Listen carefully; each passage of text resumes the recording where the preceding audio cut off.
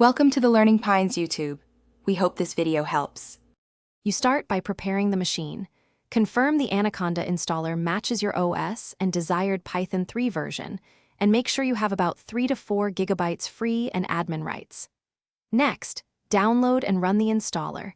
Choose the option to add Anaconda to path only if you understand implications. Once done, open Anaconda Navigator or the terminal. We begin creating an isolated Conda environment to avoid conflicts and keep packages reproducible. Now you create and populate the environment. Run the Conda create command for a named environment, then activate it. This isolates dependencies. Install Jupyter Notebook via Conda for smoother binary handling, and add ipykernel so the notebook can use this environment. Also install common libraries like pandas and matplotlib to test.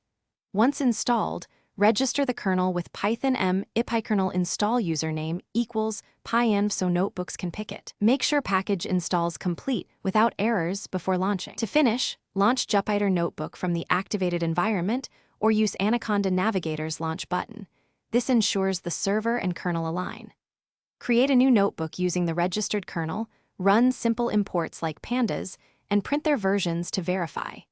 If the notebook won't start or the kernel dies, restart the environment and reinstall ipykernel, then run conda clean all to remove caches. Make sure you launch Jupyter from the same conda environment to avoid mismatched interpreters. Thanks for watching. Consider subscribing if we helped you.